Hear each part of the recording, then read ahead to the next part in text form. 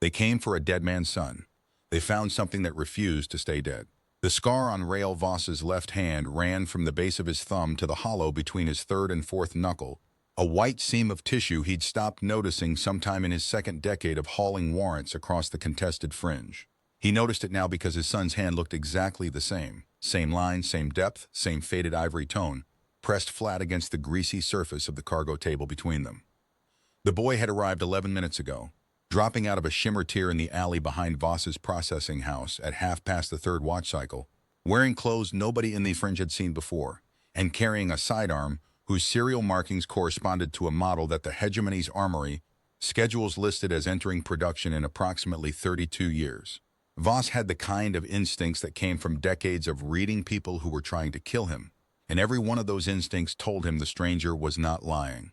He also had the kind of eyes that came from looking at his own face in bad mirrors for 51 years, and those eyes recognized the jaw, the brow, the particular set of the shoulders that said, "I am tired, but I will not sit down." "You're going to tell me your name," Voss said. He poured a measure of fringe mash into a second cup, pushed it across the table, and did not look away.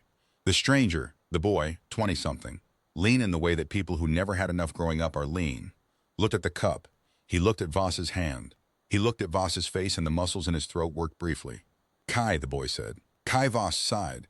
The Vorath Reclamation Fleet's patrol barge hummed 300 meters overhead, its belly sensors sweeping the quarter for what the Occupation Authority called unregistered biological assets of strategic interest, which was the bureaucratic way of saying humans who had not yet been collared and cataloged. Voss had been a bounty hunter for the fringe compliance sector, the ragged, half-corrupt human enforcement wing that the Vorath kept running because it was cheaper than doing the work themselves. For 22 years. He knew their patrol schedules the way he knew his own heartbeat. He had 4 minutes before the barge completed its sweep and started another. "Sit down, Kai Voss," said the father, "and tell me what you came here to stop." The boy sat. He wrapped both hands around the cup and breathed in the steam and closed his eyes for exactly 2 seconds, the way a person does when they have been traveling a very long time and have almost forgotten what warmth feels like. "They're going to kill you," he said. "A unit commander named Dresch, Vorath Reclamation, 6th Enforcement Wing. 3 nights from now, he's going to come through that door with 8 soldiers and a burn order, and you are going to be in here alone, and you are going to die." Voss picked up his own cup and drank from it slowly. "That's specific. I read the incident report. 30 years from now, it's in the public record. 6 pages. They redacted your name, but I knew the case number from the file my mother kept in a box under her bed." The boy opened his eyes. They were Voss's eyes. "I came back to make sure the report says something different." The patrol barge hummed past. Its sensor light washed briefly blue through the grimy plexiglass of the processing house window, slid across the table between them, and was gone. Voss set down the cup. "Your mother," he said. "Lena, she married you 8 months from now. She's pregnant right now. I know you haven't told anyone yet." A pause. "She's still alive in my time. She raised me alone and she never talked about you much, but she kept that file." The silence between them had a particular weight to it, the weight of a man calculating not just threat vectors and escape routes, but something older and harder to quantify, something that lived in the chest instead of the head. "All right," Rael Voss said, and he stood up and walked to the weapons locker and began checking the action on his carbine. "You can start by telling me everything you know about Dresch." Kai Voss had grown up in a world where the Vorath had been in control for 63 years. He had grown up knowing what their ships looked like against the sky, the long, segmented hulls, the color of oxidized copper, the chittering frequency communications that played through the mandatory block speakers at dawn and dusk, the smell of their atmospheric processors which turned the air slightly sweet and slightly wrong, the way cheap perfume turns the air in a room where something has died. He had grown up knowing how to walk past a Vorath compliance officer without making eye contact, how to answer their registration queries in the flat, uninflected tone they preferred, how to keep his hands visible at all times, because the Vorath read aggression from hand concealment, and their response to perceived aggression was terminal and immediate. He had grown up, in other words, knowing how to be small. His mother had taught him a different lesson, though. On the nights she thought he was asleep, and she would sit at the kitchen table with the old file box and spread its contents across the laminate. Surface, warrant sheets, compliance records, one badly lit photograph of a man with a carbine over his shoulder and a look in his eyes like he was daring the universe to make something of it. She would sit with these things around her, and she would not cry. because Lena Voss was constitutionally opposed to crying, but her breathing would change in a way that Kai, pretending to sleep in the next room, had learned to recognize. It was the breathing of a person carrying something they could not put down. He was the best shot in the fringe. She had told him once when he was 11 and had asked directly, not the fastest, not the flashiest. The best, because he never missed the thing he was actually aiming at. Most people who carry guns are aiming at what they're afraid of. Your father was always aiming at what he had to do next. Kai had thought about that distinction for 30 years. He thought about it now, watching his father disassemble and reassemble the carbine with the automaticity of a man performing a task so frequently completed that it had long since moved from the conscious mind to the hands. The hands themselves were the first thing he'd noticed. The scar, yes, but also the steadiness. They did not shake. This was a man who had learned at some point that the hands could not shake. Dresch runs the 6th Enforcement Wing, Kai said. 60 soldiers in active rotation, 12 command level, 3 Vorath strain officers, and the rest are human auxiliaries. He uses human auxiliaries for the dirty work because it keeps the reclamation reports clean. Officially, no Vorath personnel directly involved in what they classify as internal compliance disputes. Voss nodded. He'd known most of this. The 6th Wing was infamous in the fringe. He's been trying to find the Kale Station network for 3 months, Kai continued, the resistance cell operating out of the old shipyard district. They've hit 4 of his drug redistribution routes. The Vorath don't use recreational compounds themselves, but they traffic them through human populations as a control mechanism. You already know this. I know it, Voss said. And Dresch believes you've been feeding information to Kale Station. Which you have. A beat of silence. Which you have, Kai said again, meeting his father's eyes. I know you have. You've been playing both sides for 2 years, taking compliance sector warrants because they pay, and quietly pulling the details of Vorath supply routes from every mark you bring in, and passing them through a dead drop in the eastern quarter to a contact named Suri. Voss said nothing. I'm not here to judge that, Kai said. I'm here because Dresch figured it out, and 3 nights from now, he's going to finish the equation. He paused. And I need you alive. For reasons that are not entirely strategic. For the first time, something crossed Rael Voss's face that was not the flat, functional expression of a man in operational mode. It lasted only a moment. Then he picked up the carbine, chambered around, and set it back against the wall. What do you need? He asked. I need access to Dresch's movement logs. He uses a human intermediary, a compliance sector captain named Harrow, to coordinate between the 6th Wing and the local occupation authority. If we can intercept Harrow's comms, we'll know when and how Dresch is moving. Harrow operates out of the dockside processing station, Voss said. I've had cause to go through his office twice on warrant business. His comms relay is on an encrypted Vorath standard channel, but the encryption module is a 3rd-generation unit. The Vorath don't upgrade their human auxiliaries' equipment. They consider it a waste of resources. He almost smiled. It was a thin, dangerous expression that didn't reach his eyes. The same arrogance that lets them run an occupation with 60% fewer personnel than military doctrine recommends. Because they don't think we're capable of organized resistance. Because they've never had reason to think otherwise. Voss picked up his jacket from the back of the chair. Worn leather, deep brown, scored with the small burns and abrasions of years of hard use. He shrugged it on with the practiced ease of a man for whom the jacket was less an item of clothing and more a piece of equipment. The Vorath have been managing human populations for a long time, longer than us. They're very good at identifying individuals who represent threats and removing them. They're very bad at understanding why new ones keep appearing. He turned to look at his son. Because they don't understand stubbornness, he said, not the deep kind. The kind that doesn't have a reason, that isn't even about winning. They understand resistance as a calculation. Risk versus reward, probability of success, the logical threshold at which a creature with self-preservation instincts ceases to fight. They don't have a model for a creature that keeps fighting past the point where the calculation says to stop. Kai said, Is that what you are? Voss picked up his carbine. It's what we are, he said. Let's go talk to Harrow. The dockside processing station smelled like every government building Kai had ever been inside. The particular combination of industrial, solvent recycled air, and bureaucratic despair that seemed to spontaneously generate wherever forms were filed in triplicate. The human auxiliaries running the desk looked like people who had been worn down slowly, over years, until the edges of them had gone smooth and featureless. They processed warrants and logged arrivals, and did not look directly at anything that might require them to respond to it. Voss walked through the station with the unhurried authority of a man who had spent decades doing exactly this, a man to whom this building was, if not home, then at least a familiar kind of hostile terrain. He nodded at the desk officers. They nodded back. Nobody asked questions. In the fringe, Rail Voss was a known quantity, and known quantities were not questioned. Kai followed, matching his father's pace, watching the exits. He'd spent a long time learning how to read a room for threat vectors before he even knew what the term meant. It was a skill that grew naturally in a world where you could not predict which door the trouble would come through. Harrow's office was on the second level, accessible through a side corridor that smelled of equipment oil and recent cigarette use. Voss did not knock. He opened the door and walked in the way a man walks into a room he has been invited into, which meant Harrow, a heavy-built man in his 50s, the kind of flesh on him that came not from comfort but from cheap food eaten in large quantities out of exhaustion, looked up from his desk with irritation rather than alarm.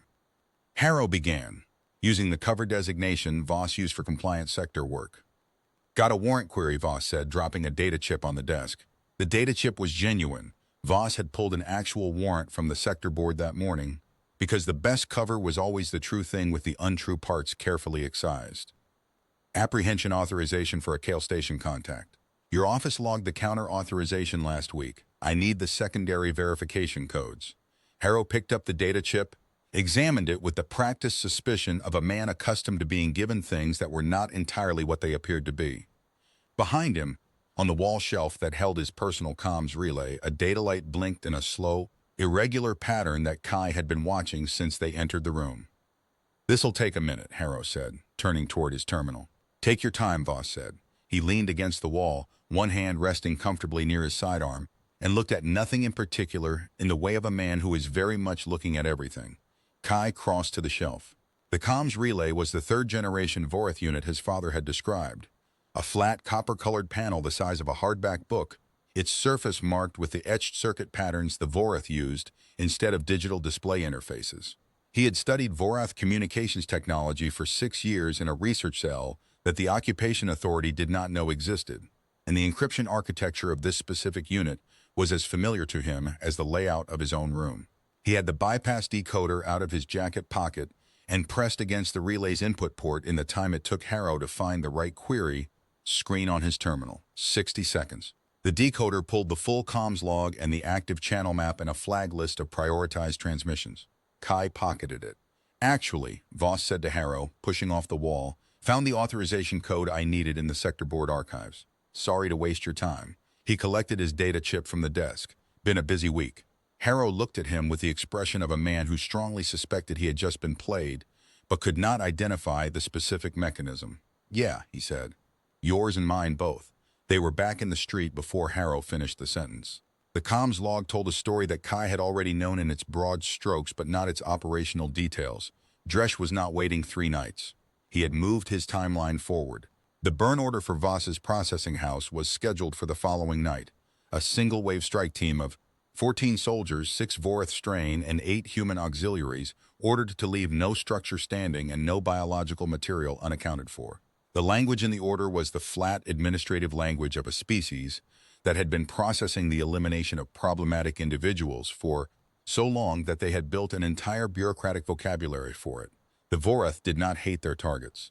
They simply had no model for them that included the possibility of continuation. What the log also told them was something more immediately actionable. Dresch's coordination of the strike required a physical meeting with Captain Harrow at the old transfer yards on the city's eastern edge, set for the following morning. Pre-strike logistics briefing.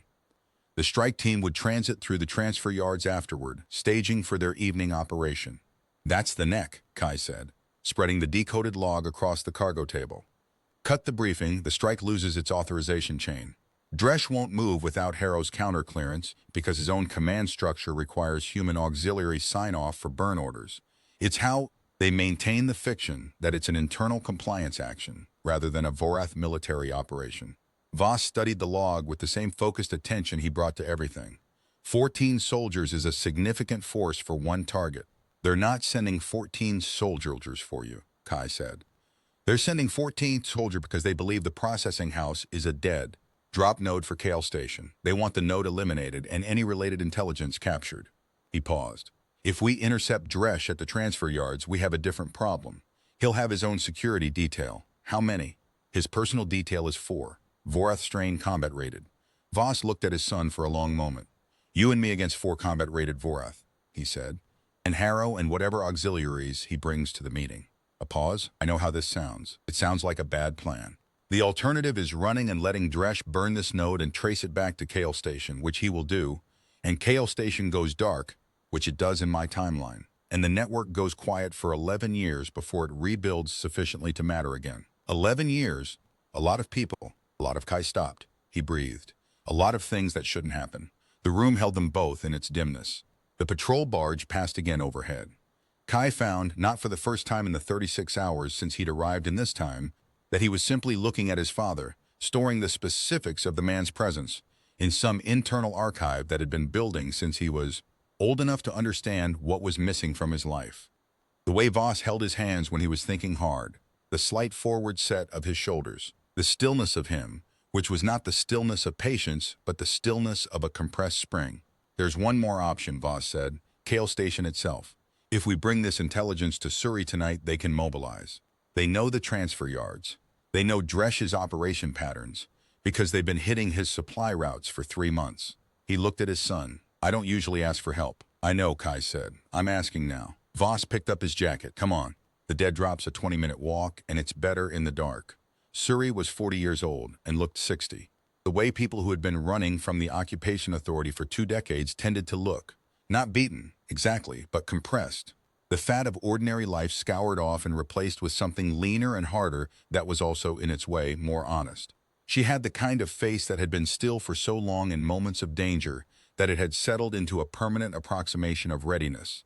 The muscles around her eyes and jaw carrying a chronic low-level tension she was no longer aware of. She received Voss and his stranger in the basement of a building that had officially been condemned 8 years ago, and unofficially been functioning as a Kale Station safe house for 6. The smell of the place was earth and old metal and the particular ozone tang that Kai associated with encrypted communications rigs, the same smell as the research cell where he'd spent 6 years learning what his father had died before he could teach him. Suri listened to the intelligence download without interrupting. She had the still, focused attention of someone who had learned to absorb large amounts of information quickly, because in her line of work, time between the briefing and the operation was routinely measured in hours. When Voss finished, she said, "Who's the kid?" "My son," Voss said. "He's trustworthy." Suri looked at Kai with the particular evaluating gaze of a person who calibrates trust on a finer scale than most. "You fight?" "When I have to," Kai said. "How'd you learn?" "My mother, mostly." Suri almost smiled. It was a brief, winter morning sort of expression. "Smart woman." She turned back to Voss. "The transfer yards. I've had scouts on that location for 2 weeks. Dresh has been using it as a secondary staging point for 3 operations running. We know the entry points, we know the patrol patterns. If the briefing is confirmed at 0700, I can have 20 people positioned and ready by 0530. This operation will make you a direct target," Voss said. "If it goes wrong, Voss, every operation I run makes me a direct target. That's not a new situation." She folded the decoded log and tucked it into her jacket. "What's new is having Dresh's comms log in my hand 12 hours before he moves. Do you understand how many times we've gone in blind against their operations? Hoping our people would be faster, hoping we'd thought of something they hadn't." A pause. "This is the first time we've been the ones who know what's coming." Kai thought about something his mother had said, sitting at the kitchen table with the box of files.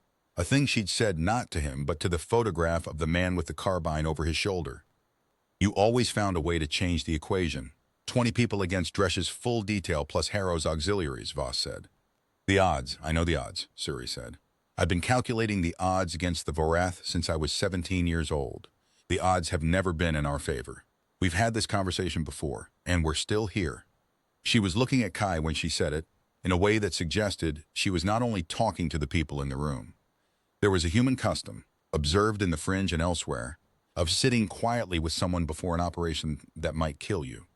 Not drinking necessarily, though sometimes drinking. Not talking necessarily, though sometimes talking. Just the company of another person in the hours before the thing that would either end or not end. Voss and Kai sat on the processing house roof in the hours before 4 in the morning, looking at the city. The occupation had changed the skyline in the way that all long-term occupations change skylines. The original structure still mostly there, but overlaid with the apparatus of control, the sensor towers, the barge anchor points, The atmospheric processor stacks that rose at regular intervals and gave the whole city the quality of a place that breathed wrong. You got used to it. People got used to everything. She's doing all right, Kai said eventually. My mother, Lena. In case that's a question you're carrying. Voss said nothing. She's stubborn, you should know that. She's the most stubborn person I've ever met, and I grew up around people in a resistance cell who were professionally stubborn as a survival mechanism. He paused. She never stopped. Whatever she was doing, she never stopped doing it. I think that was her way of staying close to something. The city hummed below them with the specific frequency of suppression, the constant low-level machinery of an occupied civilization carrying on, the business of existing under conditions that were not its own. The time portal, Voss said. Can it take you back? Yes. Then why do you look like you're afraid of going back? Kai turned to look at his father. The question had been asked so quietly and directly that there was no useful response except honesty. Because in my time you're dead, he said. And in 3 days I have to step back through that portal. And from my perspective, you'll still be dead. Because the timeline I came from is still the baseline. The changes I make here propagate forward, but they don't change my memories. He stopped. I spent 27 years growing up in a world where you weren't in it. And I came back to make sure you stayed in the world, and I did the job, and when I go back, I'll still be the person who grew up without you. That doesn't go away. Voss looked at him for a long time. Then he reached out and gripped Kai's shoulder, a brief, firm hold, the kind of contact between two people who are not practiced at contact, and then let go. When you go back, he said, tell your mother something for me. She'll know I came here. Tell her anyway. A pause. Tell her I understood eventually what she was teaching me. I just needed more time. The night settled around them. Somewhere 3 levels below, a door opened and closed and footsteps crossed the courtyard and were gone.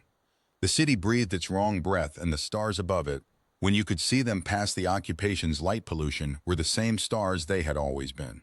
You're a good shot, Voss said. It was the closest thing to the thing he meant. I learned from the best, Kai said. The transfer yards in the pre-dawn dark were a landscape of old iron and shadow, the great hulking shapes of decommissioned cargo loaders, the corrugated walls of empty receiving bays, the elevated walkways that crisscrossed the upper levels and gave the whole complex the quality of something built to move things that hadn't moved in a long time.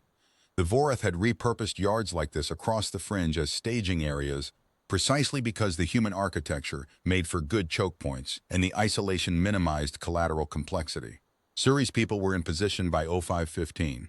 Kai had spent 6 years studying tactical records of Kale Station operations, and what struck him now, positioned at the entry point overlooking the northern access corridor with his father 2 meters to his right and a Kale Station operative named Doma 3 meters to his left, was how quiet they were. 20 people in prepared positions in a space the size of a city block, and the only sound was the occasional soft exhale of concentrated breath and, once, the distant thrum of a patrol barge passing 2 sectors away. Quiet was a resistance skill. It was different from the Vorath version of quiet, which was the quiet of machinery operating within parameters. This was the quiet of 20 people who had individually decided, for their own separate and complicated reasons, to be here, and who were therefore drawing on reserves of will that had nothing to do with programming or instruction and everything to do with the specific human tendency to show up and hold the line past the point where the calculation recommended retreat. At 0650, Dresch's transport arrived. The vehicle was Vorath standard, long, low-slung, its chassis the characteristic copper oxide color, its movement almost silent because the Vorath preferred induction drives in occupied territory, another piece of the apparatus of control, the ability to arrive without warning. It pulled into the yard's central receiving bay, and Dresch stepped out. Kai had studied images of this individual for years. The Vorath were bilaterally symmetrical, roughly humanoid in their architecture, though not in their details. The skin had a chitinous underlayer visible at the joints. The eyes were compound at the periphery, with a simple lens at the center. The mouth was structured for horizontal movement rather than vertical, and the hands had 6 digits arranged in a 2 and 4 configuration that humans tended to find deeply unsettling. Dresch was a unit commander, which meant the ridge crest of his skull plating was marked with the occupation authority's rank indicators in the Vorath fashion of incorporating status markings directly into the body, something between tattoo and scar. He moved with the specific assurance of a creature that had no memory of ever being outmaneuvered. Harrow's transport arrived 4 minutes later. The captain stepped out and crossed to Dresch, with the body language of a human who had been serving an alien authority long enough that he no longer performed deference. It had become actual, structural, the architecture of him.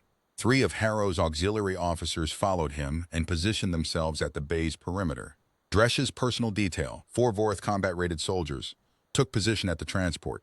Suri's voice came through the comlink, barely above breath level. On my mark. We go for the detail first, the auxiliary second, Dresh and Harrow last.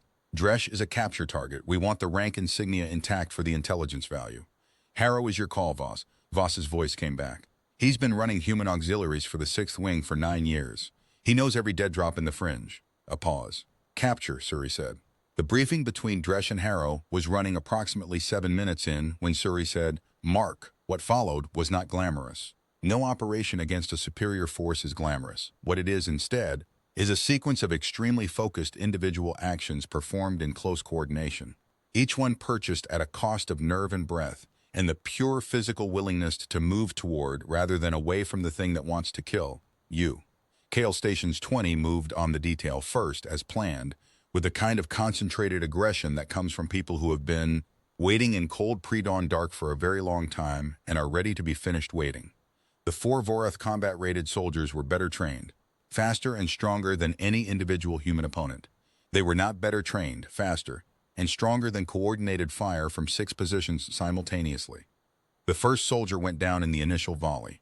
The second took 3 hits from different angles and went down on the third. The third managed to draw and return fire before Doma, from the elevated walkway, put 2 rounds through the gap between its shoulder plating and neck ridge. The fourth was the problem. The 4th Vorath combat soldier was the kind of problem that an 11-to-1 kill rate looks like in practice.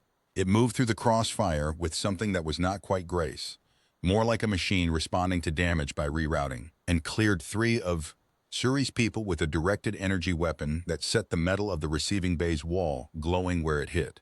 It took 8 seconds for it to be neutralized, and in those 8 seconds it covered 40 meters and reached the central bay. Kai was in the central bay.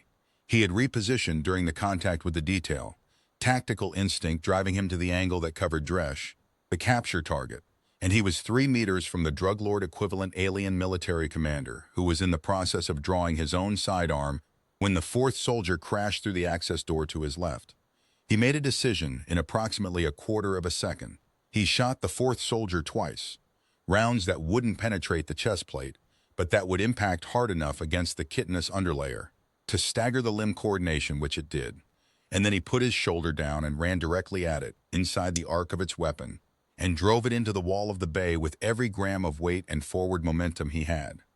The 4th soldier was stronger than him. There was no universe in which this was a close contest on physical terms. It hit the wall and bounced, and Kai went down hard on the concrete floor, and the world went briefly sideways. What happened in the next 6 seconds was his father.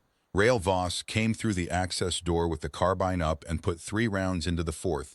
Soldiers exposed neck ridge with the specific accuracy of a man who had spent 22 years learning to aim not at what he was afraid of, but at what he had to do next.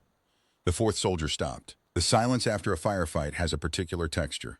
It is not the silence of absence, but the silence of aftermath. The world reasserting itself around the negative space left by the noise. Dresh had not fled. This was notable. The Vorath unit commander stood in the center of the receiving bay with his sidearm raised, and the expression on his compound-lensed face was one that Kai, in 6 years of studying Vorath behavioral records, had seen documented only rarely: recalibration. The specific neurological response of a creature encountering a situation for which its training did not provide an adequate framework. "You're surrounded," Cersei said, stepping into the bay from the northern access with 8 of her people behind her. "Your detail is neutralized. Harrow has been restrained. Your transport is blocked." She said it the way a person states facts, not as a threat but as an accounting. "You have options here. The most intelligent one is to put the weapon down." Dresh looked at the humans around him.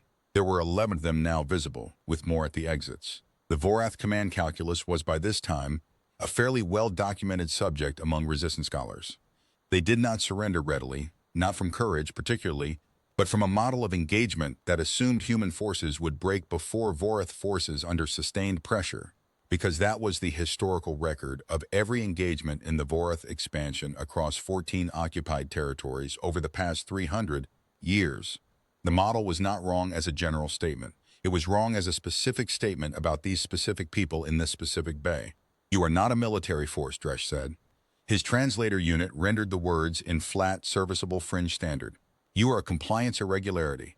My command structure has modeled your cell capacity at 14 effectives. Current observable count contradicts this model. The model is wrong, Suri said. The model is based on. The model is wrong, she said again. Your model of us has always been wrong. You count the people you can see and you don't count the ones who haven't decided yet because your model doesn't have a category for someone who doesn't decide until the moment arrives. We don't run a standing force. We run a willingness. You can't count a willingness. Dresch's weapon was still raised. The calculation in his expression was almost visible. Probability matrices and outcome trees running against the uncooperative variable of the humans in front of him who had already demonstrably exceeded their modeled parameters by a factor that was throwing the entire calculus into disarray. Put it down, Kai said. He said it quietly. He was standing up now, hand pressed against his ribs where the floor had introduced itself to his body at speed, and he was looking at Dresch with an expression that he had seen on his father's face and felt settling naturally onto his own. Not anger, not triumph, just the flat, focused readiness of a person who has already decided what the next step is. You came here to execute a burn order on a dead drop node, Kai said. You came here because you thought you were shutting down a peripheral irritant in a compliance sector operation. You didn't know this was waiting for you. You didn't know because your intelligence model doesn't have a category for what we actually are. He held the Vorath commander's gaze. We're not a resistance cell. We're not a military unit. We're people who got tired of being managed. That's all. And when people like us get tired of being managed, there is no model that covers what happens next, his father said from the doorway. Dresch looked at the weapon in his own hand. He looked at the 11 humans. He looked last at the 4 members of his detail who were no longer standing. The Vorath put down the weapon. The debrief took 4 hours in the Kale Station basement. Dresch talked because captured Vorath military commanders, it turned out, responded to the removal of escape probability, much as any other rational intelligence responded to it, with the pragmatic recognition that information is currency, and that currency spent correctly could purchase options. He gave them the current structure of the 6th Enforcement Wing. He gave them the authorization chain for the entire southern occupation sector. He gave them the communication protocols for the next 60 days of operation schedules. He gave them, in the careful, flat language of a man performing an actuarial calculation, everything they needed to be a very significant problem for the Occupation Authority for a very long time. Harrow had been separated and questioned by Suri's people in the room next door. The captain gave them the human auxiliary network, names, positions, payment structures, every operational detail of the machine that the Vorath kept running because it was cheaper than doing the work themselves. He gave it up in the resigned tone of a man who had known at some level that this accounting was eventually coming and had simply been postponing the moment of it.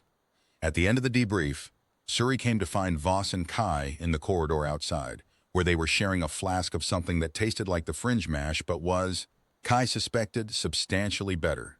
She looked at both of them with the particular expression of someone performing a rapid recalibration of their own planning assumptions. The intelligence from Dresch is actionable for the next 60 days, she said.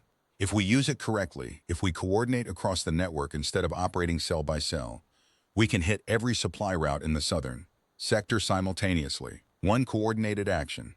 Enough disruption to the occupation's logistics that they'll have to redirect enforcement resources from 3 other sectors to compensate. That's a large operation, Voss said. Yes. Which is why I need your help to coordinate it. You know the compliance sector warrants process. You know which cases are cover operations and which are genuine. That intelligence plus Dresch's operational map. She let the calculation hang. You want me to come in from the outside, Voss said. I want you to stop working both sides of a line that's about to disappear, Suri said, without judgment. The Occupation Authority is going to know about this contact within 24 hours regardless. You're already burned. The question is what you do with the time that buys you. Voss looked at the flask in his hands. He looked at his son. He looked at the flask again. I hate committees, he said. You won't have to be on a committee, Suri said. You'll have to be in the field. That's different. How different? Considerably more of the things you're actually good at, and considerably fewer of the things that make you want to drink in the middle of the afternoon. Voss almost smiled. It was the same thin, dangerous expression as before, but it reached his eyes this time. When do we start? The night before Kai went back, they ate at the small table in the processing house, and did not talk about the things that needed saying because some things are better understood than said. Lena had made something with protein paste and the dried vegetables that were the standard diet of the fringe, and it was bad in the way that food made with insufficient resources is bad, and it was good in the way that food made by someone who loves you is good, and they ate all of it. Kai watched his mother's face across the table and thought about the version of this woman who would sit at the kitchen table in 30 years with a file box and photographs, and understood that the person who would do that thing was the same person who was sitting across from him now. The same specific stubbornness, the same specific quality of caring that expressed itself as endurance rather than display. He thought, she will always have been this. That was the thing about time, he had concluded during 6 years of research and 31 years of living. Not that it could be fixed exactly, not that the damage could always be undone, but that the people who had shaped you had always been who they were, and that the love embedded in those facts was not conditional on the specific configuration of events. His mother had raised him in the shadow of loss and had done it the way she did everything, without stopping. I have to go at dawn, he said. Lena looked at him with the expression she'd had since he told her who he was. A layered thing, complex in the way that a person's face gets complex when they're trying to hold two contradictory emotions in the same instant. The knowledge of what he was, the understanding of what that meant about the future she was now changing. You'll come back, she said. Not a question. Different version, Kai said. The timeline, he stopped. In my time, things go differently after tonight. The network operates. The coordination happens. The occupation loses ground over the next decade. I don't grow up the same way, but those memories are still mine. I still grew up in the version where you grew up, Lena said, and you became someone who came back here to do this. Whatever version, whatever timeline, that person is still you. She reached across the table and pressed her hand flat against his mother's hand on his. So come back. He looked at his father. Rael Voss was watching him with the steady, compressed spring stillness that was his version of everything he could not easily say. He had the carbine against the wall, which was simply the way Rael Voss sat in a room, and the leather jacket over the back of his chair, and the flask of fringe mash on the table, which was half empty, but which, Kai had noticed, had been half empty at the beginning of the evening too. You said you learned to shoot from the best, Voss said. I did, Kai said. Your mother taught you. She taught me the mechanics. She taught me the patience. A pause. She told me you never missed the thing you were actually aiming at. Voss was quiet for a moment. She said that? She said most people who carry guns are aiming at what they're afraid of. You were always aiming at what you had to do next. The night came in through the grimy plexiglass, the occupation's light pollution painting the sky in shades of amber and wrong blue. The patrol barge passed for what Kai counted as the last time. He had been counting them since he arrived. Some instinct in him marking the rhythm of surveillance, the way you mark your own heartbeat, without thinking. Tell me about it, Voss said. The future you're going back to, how it goes. So Kai told him, not the operational details, those were already in motion, already becoming, in some sense, history. The way the network grew, the way coordinated resistance looked, at scale, when it stopped being a matter of individual calculations and became a matter of collective will. The way the Vorath, over the course of 12 years, were forced to revise their compliance models upward and then upward again, because their model for what humans were capable of could not keep pace with what humans actually did. He told his father about a battle at the Kale shipyards, 7 years out, where a coordinated force of what the Vorath had cataloged as 1,800 compliance irregulars held a strategic installation for 96 hours against a reclamation fleet response force, and at the end of it sent back a communication in the Vorath command language that said, in the flat administrative language the Vorath used for operational reports, we are still here. He told him about the moment, 14 years out, when the Vorath reclamation fleet made its first strategic withdrawal from a human-held sector. Not a tactical redeployment, a withdrawal, because the model said that the cost of holding the sector had exceeded the projected value of the sector's resources, and the model did not have a category for why that calculation had changed. The model never figured out why that calculation had changed. The Vorath were very good at modeling outcomes. They were very bad at modeling the specific human thing, the thing Suri had tried to describe in the receiving bay, the willingness that didn't run on logic and didn't respond to cost-benefit analysis, and didn't stop when the numbers said to stop. 300 years of occupation across 14 territories, and they had never learned to model it. Because every time they think they understand it, Kai said, they're already behind it. The thing keeps changing shape. The calculation looks right until the moment the humans in front of you turn out to be doing something the model doesn't cover. And then the model has to update. And while the model is updating, we're still moving, his father said. We're still moving, Kai confirmed. Voss picked up the flask. He looked at it for a moment, then set it back down without drinking from it. He folded his hands on the table and looked at his son with the steady eyes of a man who had spent most of his adult life making risk calculations and who had just now arrived at a conclusion that didn't require any calculation at all. When you go back, he said, you're going back to a world where the war is still going. Yes, and you came here to change the odds, to set a different thing in motion. Voss was quiet for a moment. You could have come back for other reasons. Most people would have. Kai looked at his father's hands on the table. The scar, the steadiness. The hands that had been described to him for 30 years in exactly the same terms. Not the speed, not the display, but the accuracy. The thing actually aimed at. I came back for both reasons, Kai said. His father looked at him. I came back because the war needed this op to succeed.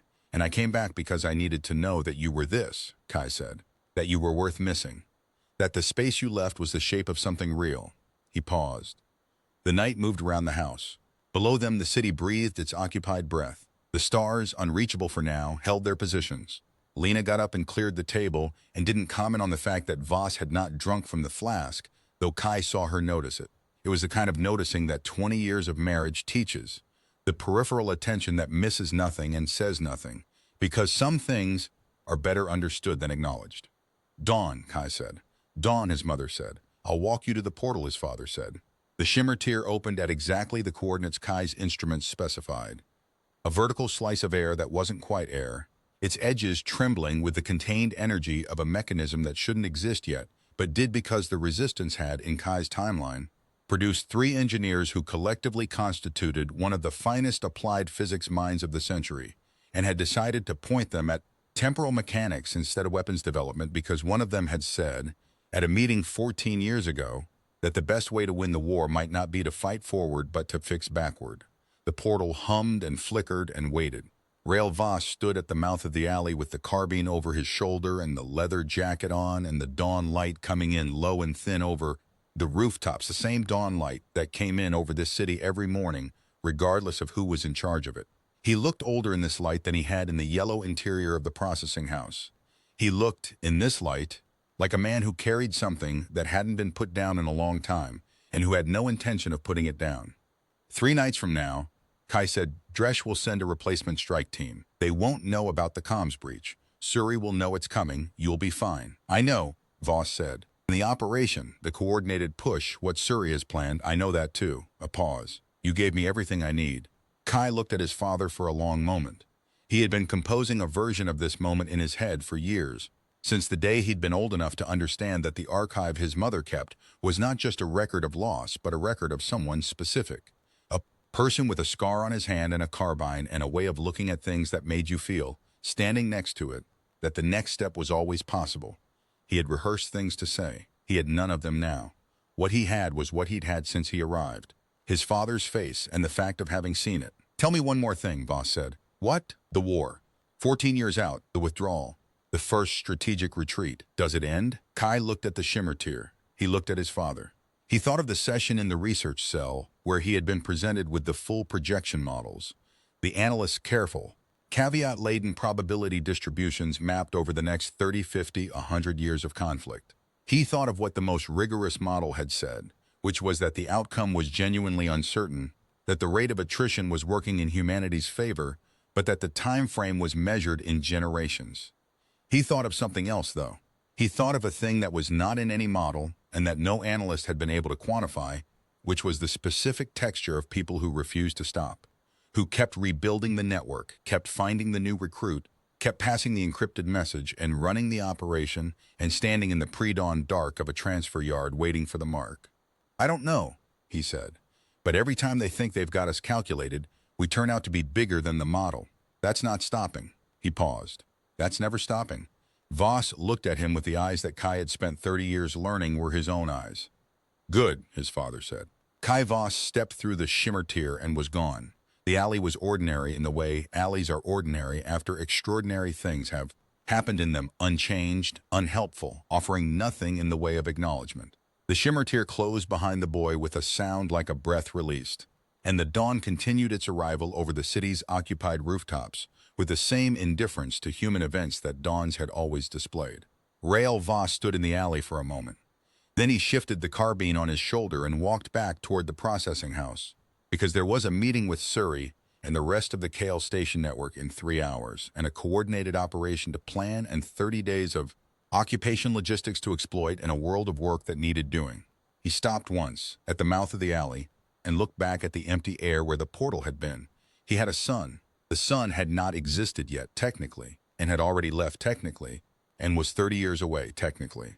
All of that was irrelevant in the way that most technical things are irrelevant when set against the specific facts of the physical world. The facts of having sat across a table from someone who looked at you with your own eyes and told you what you had always suspected, which was that the thing you were doing mattered, and that the shape of the space you left was the shape of something real. He was still standing there when Lena came out of the processing house door and stood beside him and looked at the same empty air and said nothing, because there was nothing to say, because some things are better understood than said. They stood together in the new dawn, in the occupied city, in the world that was going to change. Not because the odds had shifted dramatically, not because the Vorath had become less powerful or less ruthless or less certain that their model of the situation was correct, but because of the specific human phenomenon that their model still could not account for.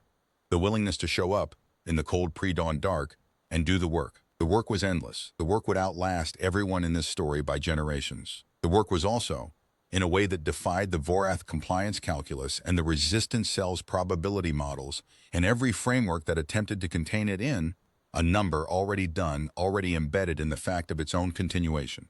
Rael Voss turned away from the empty air and walked with his wife into the processing house and began to make coffee and plan for the next operation, because that was what came next, and he always aimed at what came next. 300 meters overhead, the patrol barge completed its sweep and began another.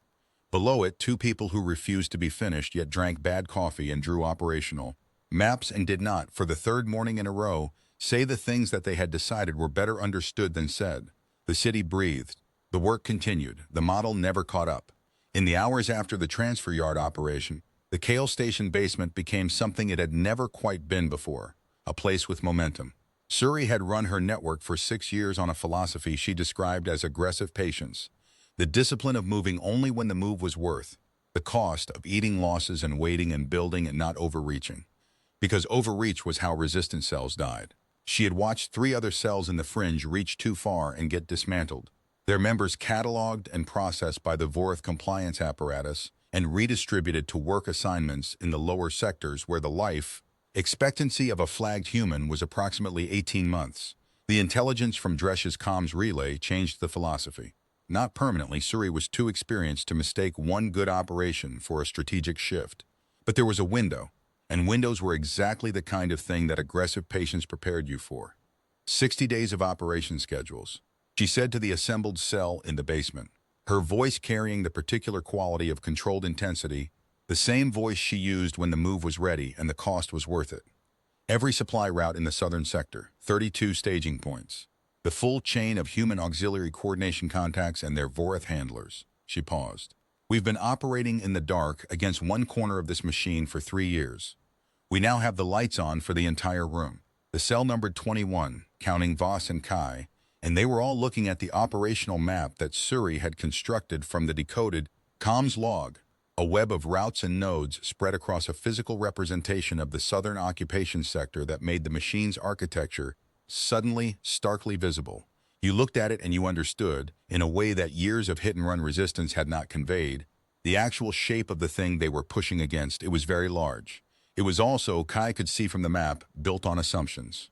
The supply routes ran in predictable patterns because the Vorath efficiency model optimized for minimum resource expenditure, which meant the routes were logical and the logic was consistent and the consistency was exploitable if you could hit multiple points simultaneously. Before, the pattern recognition in the command structure identified the attack as coordinated rather than coincidental. They expect us to be individual, Surrey said. They expect isolated cells making isolated decisions. Their response model is calibrated for individual incidents. One cell, one attack, one compliance response. Their response time to a single incident is 47 minutes from alert to deployment. She looked around the room. If we hit 32 points simultaneously, their response model doesn't have a category for it. It defaults to escalation protocol, which requires command-level authorization from outside the southern sector, which buys us time. How much time? Someone asked. Enough, Suri said. It was not a precise answer. It was the answer of someone who had spent long enough working in conditions of radical uncertainty that precision had been replaced by judgment, the practiced sense of the person who has made enough of these calls to know which variables matter and which ones are noise. Voss was looking at the map with the focused attention he brought to everything. The supply routes pass through 6 compliance sector checkpoints, he said. I have authorization codes for 4 of them from my warrant work. Current codes. I pulled a batch update 2 weeks ago. Suri looked at him.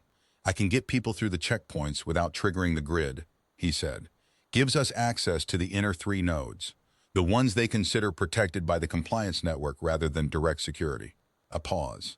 They think the checkpoints are walls, they're actually windows.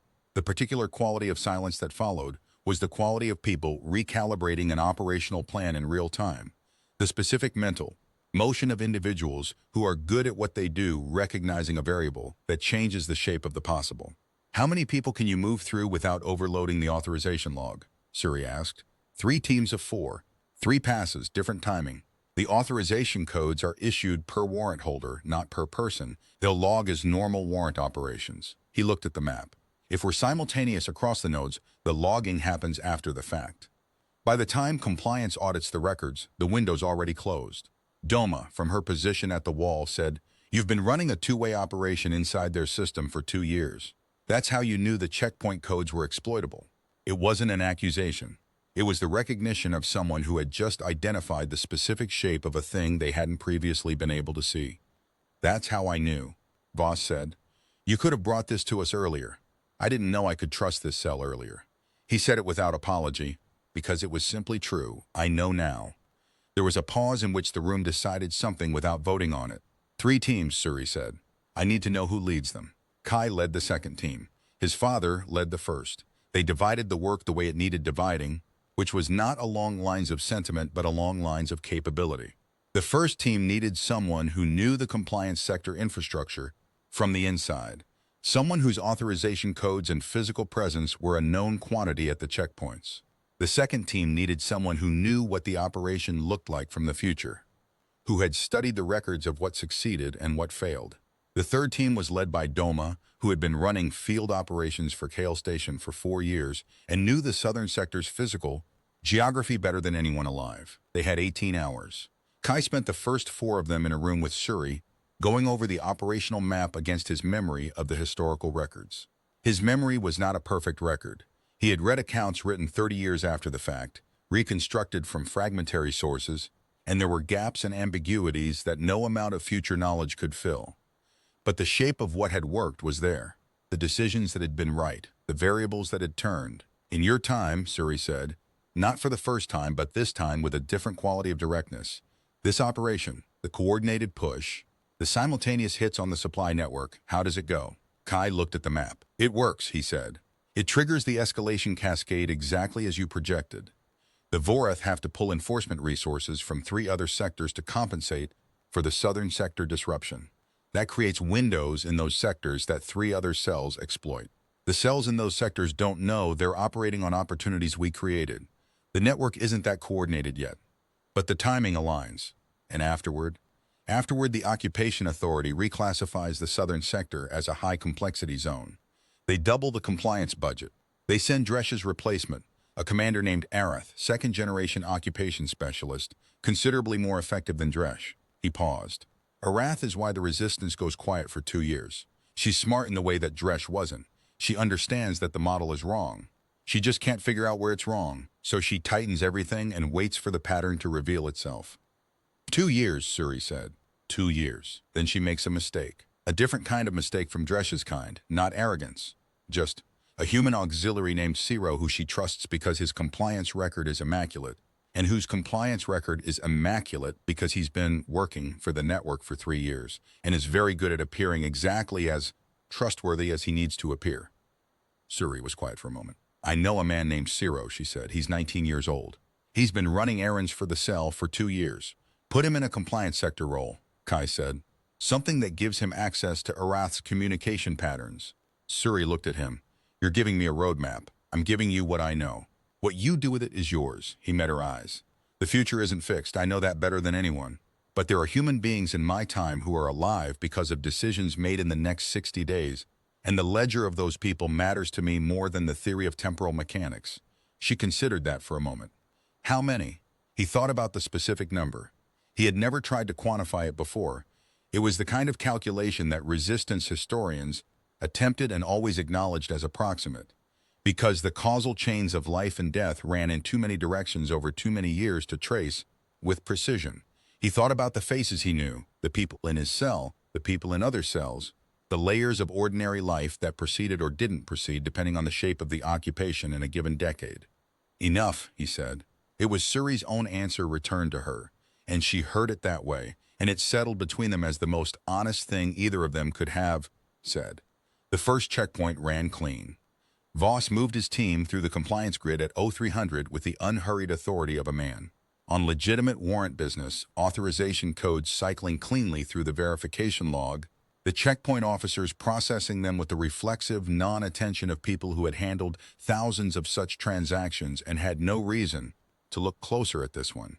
The team carried concealed equipment that the checkpoint sensors were calibrated to miss, because the calibration parameters had been set by the Compliance Sector's Equipment Committee 4 years ago and had not been updated since, because the Vorath allocation model for human auxiliary equipment had a known lag that everyone in the sector was aware of and that Voss had been quietly exploiting for 2 years. The second team, Kai's, entered from the eastern approach at 0315. Kai had Voss's authorization code string for the eastern checkpoint, transmitted through the dead drop relay, and the night shift officer at the eastern gate was a man named Tessier who had been running the same shift for 7 years and who processed warrants with the glazed efficiency of someone who had long since stopped expecting anything unexpected. The code cleared. The gate opened. Kai's team went through. The third team, Doma's, didn't use a checkpoint.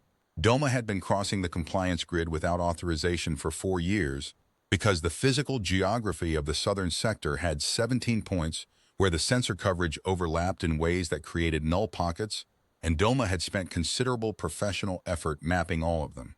She was through the grid and at her first target node 12 minutes after Voss's team began their approach. They went simultaneously at 0400. 3 teams, 32 nodes across the 6 inner targets accessible through the checkpoints and the null pocket approach, hitting supply caches and relay stations and auxiliary coordination hubs at the same moment with the concentrated precision that comes from 18 hours of very focused preparation and 30 years of accumulated grievance. The simultaneous detonation sequence lasted 40 seconds. The 32 nodes went silent in the occupation's communication grid inside of 2 minutes, as relay systems that depended on each other for redundancies discovered that their redundancies had been removed at the same moment. The compliance response model flagged 17 simultaneous incidents and defaulted, as Suri had predicted, to escalation protocol. The escalation protocol required command-level authorization from the regional command structure, which was located 90 minutes away and whose duty officers at 0400 were in the specific state of readiness that senior officers at 0400 tend to be in. 90 minutes and 47 seconds into the escalation window, Suri's teams were clean out of the southern sector and back inside the compliance grid's blind spots, and the supply network of the Vorath Reclamation Fleet's southern occupation zone had effectively ceased to function for the next 72 hours. Kai was at the dead drop relay point at 0530 when the first reports came through. Compliance sector emergency channels crackling with the particular quality of institutional confusion, the language of bureaucratic machinery encountering a problem that did not fit the existing problem. Category system. He had heard recordings of these same channels in the research cell, 30 years from now, the archivist who had assembled them noting that the transmissions represented the first documented instance of a regional Vorath compliance command structure failing to formulate a coherent operational response within its standard parameters. He had listened to those recordings many times. He had thought of them as history. They sounded different in real time. They sounded like something becoming. His father found him at the relay point an hour later, coming in from the western approach with the carbine on his shoulder and the jacket on and the particular way of moving that said the operation had gone clean. They stood together at the relay console and listened to the compliance channels, and neither of them said anything for a while. Team came through without contact, Voss said finally. Checkpoint code held all 3 cycles. Ours too. Doma's people were out before the first response unit deployed. Kai paused. It worked. It worked. The morning was coming in over the city, the same amber and teal of the occupied dawn, the atmospheric processors running their wrong sweet air, the patrol barge cycling its sweep pattern overhead. Below them, the city was already beginning its ordinary day. People moving through their ordinary lives in the space between the occupation's routines, the complex ecology of existence that persists under suppression because it does not know how to stop persisting. I have to go tomorrow, Kai said. I know. The portal has a fixed window. If I miss it, he stopped. I need to go back. Voss was quiet for a moment. There's a version of this where you stay, he said. It was not an argument. It was more like the acknowledgement of a fact, the naming of a possibility that both of them had noticed and neither had examined. I know, Kai said. The war you described. 14 years. If you stayed, I'd be changing something I don't have full information about. He turned to look at his father. I've been changing things since I arrived. Some of what I've changed will cascade forward in ways I can't predict. That's manageable because the direction of the change is toward things that need to be different. But if I stay and operate here with the full knowledge of my timeline, I'm not fixing anymore. I'm rewriting. And the risk of getting the rewrite wrong goes up with every decision I make that the people here couldn't make themselves. A pause. Suri is better at this than I am. You're better at it. You know this place in ways I don't. You know things we don't. I'll write down what I know. Every operational detail I can remember, every name, every pattern, every vulnerability in the Vorth command structure that was discovered in my timeline. 30 pages. Suri's cell can work from it. Treat it as intelligence rather than instruction. He paused. I've been up all night writing it. Voss looked at his son with the expression of a man who has recognized something. You planned this before you came, he said. I planned to get you the intelligence and then leave, Kai said. That was always the plan. The rest of it. He stopped. The rest of it was you. Figuring out that I needed to understand what I was protecting before I could protect it properly. The compliance channels were still running their confused escalation traffic in the background.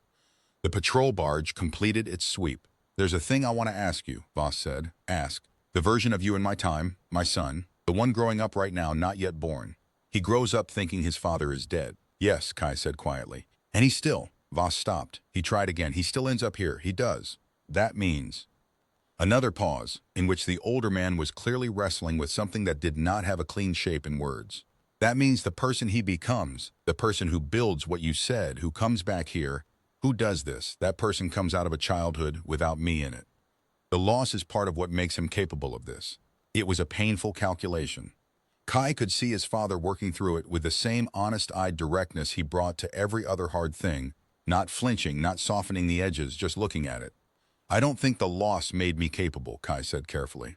I think my mother made me capable. The loss was just the context, the thing she was working against, and therefore the thing I learned to work against. He paused. You should know that. Whatever version of things unfolds from this point, the loss of you, if it happens in some future, isn't what makes him strong. She's what makes him strong, and she got that from you. Voss looked at him for a long time. I'm not going to die in 3 nights, he said finally. Dresch is neutralized, his replacement operation is already disrupted. The compliance sector doesn't have the authorization chain to move against me without six-wing backing. I know that. I know you know that. So the version of the future where you grow up without me, that's not guaranteed anymore. No, Kai said. It's not. He let that sit for a moment. I told you the future isn't fixed. I came here to make sure it isn't. The dawn spread itself across the occupied city with the unhurried patience of something that operates on a timescale far beyond any individual. Struggle, any specific occupation, any particular generation of people deciding what they will or will not accept. The stars were gone now, outcompeted by the light, but they were still there in the logic of the universe, simply waiting for the dark to return, as it always did, so they could be visible again. Kai Voss had grown up in a world where the stars were harder to see. He was going back to that world because that world still needed what he had left behind in it. The specific thing a person carries who has seen their parent and understood, not just grief, not just longing, something more operational. The knowledge that the people who made you were real and specific and aimed at things worth aiming at. The model never covered what that knowledge does to a person. The model had been missing that variable for 300 years. It would keep missing it. He left the 30 pages with Suri. She read the first 3 pages while he was still in the room. her expression going through a sequence that he recognized as the face of an experienced operational planner encountering information that was simultaneously more detailed and more useful than they had expected, and that required immediate integration into plans already in motion. She stopped reading after page 3 and looked up. "This is going to take me weeks to fully process," she said. "I know. Work from the front. The first 10 pages are time-sensitive. The next 10 are medium-term strategy. The last 10 are things that are further out and more uncertain." He paused. "And Suri, yeah. The part on page 8 about the human auxiliary networks. The section on identifying which auxiliary officers are waiting for a reason to switch sides. That's the most important section in the document. The Vorth have never modeled for it because their calculus says that humans working the auxiliary system are fully committed to the compliance structure, or they wouldn't be there. They're wrong. Most of them are there because they had no other option and they've been waiting for an option to appear." A pause. "You are the option." Suri looked at him for a moment with an expression that was too complex to characterize easily. Something between recognition and the particular weight of responsibility, the weight of a person who has just been told that more is possible than they thought, and who is already calculating what that means for the people depending on them. "Go," she said. "We've got work." He went. Lena was awake when he got back, as she had been awake for most of the 2 days since he'd arrived. Not anxious, exactly, but in the specific alert mode of a person who knows something important is happening and who has decided to be present for it rather than absent. She was at the table with coffee that was going cold and a book that she hadn't been reading, the book face down on the table the way books are set down when the person who opened them didn't need them after all. "Suri has the document," Kai said. "Good." Lena looked at him. The light was different in the morning, honest in the way that morning light is honest, showing the specific facts of a face without the softening effects of yellow artificial warmth.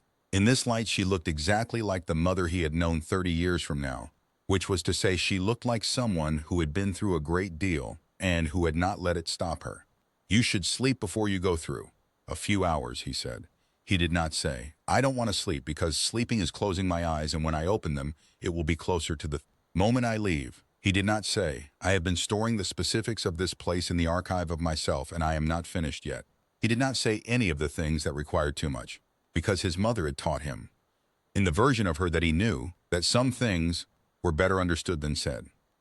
She got up and refilled her coffee and made him a cup and set it in front of him and sat back down, and they sat at the table together in the morning of the changed world. And neither of them said the thing that was too much to say, and both of them understood it perfectly. His father came in an hour later from wherever he'd been, running something, planning something, because Railvoss's version of sitting still was to be in motion toward the next necessary thing. He sat at the table and accepted the coffee that Lena slid toward him without asking and looked at his son across the table. "The 30 pages, he said. "Suri has them." "I know." She sent word through the relay. A pause. "There's a section about a man named Ciro." "There is. I know Ciro. His family has been in the sector for 3 generations. His grandfather worked the original compliance sector, when the occupation first took the fringe, not voluntarily exactly, but not under direct coercion either. There's a history there." Voss looked at the table. "I've been watching Ciro for 2 years, wondering if he was worth approaching. The operation last night, he drove one of the approach vehicles. He asked when Doma was putting the team together. He didn't have to. He was waiting," Kai said. "He needed to see that you could win before he'd commit. That's not cowardice, that's pattern recognition. He's watched people commit to losing fights his whole life, and now he's seen a winning fight." "And now he's seen a winning fight," Kai confirmed. His father picked up the coffee cup and drank from it and set it down. The morning moved around them. A block away someone was already at work, the sound of tool use, methodical and domestic, the sounds of ordinary life in an occupied city getting on with being itself. "There's a line I read in the compliance records," Kai said. "A Vorath operational assessment, filed about 15 years from now. It's a formal assessment of the resistance activity in the southern sector, and it ends with a line that the archivist who found it always flagged because it was unusual. They almost never get this direct in their formal assessments." He paused. "It says, the persistence rate of the human compliance irregulars in this sector exceeds all modeled parameters by a factor of approximately 9. The contributing variable is not identified. Continued modeling is recommended." His father looked at him. "Continued modeling is recommended," Kai said again. 300 years of occupation across 14 territories, and they're still writing continued modeling is recommended in the assessment reports. because they keep finding the same variable they can't account for, and they cannot stop running the model because the model is all they have. He looked at his father's hands, flat on the table, steady. The variable is sitting right in front of them in every report, and they can't see it because they don't have a category for it. What's the variable? People like you, Kai said. People who aim at the next thing, who don't stop because the calculation says to stop, who find their son on the other side of a time portal and say, all right, what do we do next? Who pass a flask to a stranger in the dark and build an operation from intelligence stolen out of an enemy's relay and keep moving because moving is what they do. It's not a mystery. It's just they don't have a word for it in their language. They never needed one. Nothing they've ever occupied has had it at this scale. The room held them. The city moved outside. The occupation apparatus hummed and swept and processed and modeled. Continued modeling is recommended, his father said, and the thin, dangerous smile came back, and this time it reached his eyes and stayed there. He stepped through the portal at dawn. The shimmer tier opened on schedule, its edges trembling with the same barely contained energy as before, the ozone smell of it mixing with the city's occupied air. He had his pack on his shoulder with nothing in it except the personal items he'd brought and the photograph he'd asked Lena for. A single image, badly lit, taken against the wall of the processing house the previous evening, showing a man in a leather jacket with a carbine over his shoulder and a woman with her hand on his arm and a younger man standing to one side of them looking at the camera with his father's eyes. He had asked for it because his mother, in the version of his life that had already happened, had kept a photograph in a box under her bed. He wanted to know if they would have been different photographs or the same. He thought, stepping to the portal's edge, that they might end up being different now, that the box his mother kept would have different contents, that the thing she did not say at the kitchen table would be a different shape of silence, that the version of his childhood he was going back to had already shifted at its roots in ways that would propagate forward, and that he would not be able to see from inside the change. He thought that was fine. He thought, the work continues. Kai, his father said. He turned. Rail Voss was standing at the alley entrance with the dawn light at his back and the carbine on his shoulder, and no particular expression on his face, except the expression that meant he had already decided on the next step and was taking it. He looked in that moment exactly like the photograph in the box, the specific image his mother had kept for 30 years, the badly lit portrait of a man in a leather jacket daring the universe to make something of it. You did good, his father said. It was the closest thing to the thing he meant. It was enough. Kai Voss stepped through the shimmer tier and into the future, carrying the photograph and the knowledge and the shape of what he'd found, moving forward in the only direction time permits, aimed, as his father had always aimed, at what came next. The portal closed. The city breathed. The model ran its calculations and recommended continued modeling. The work went on.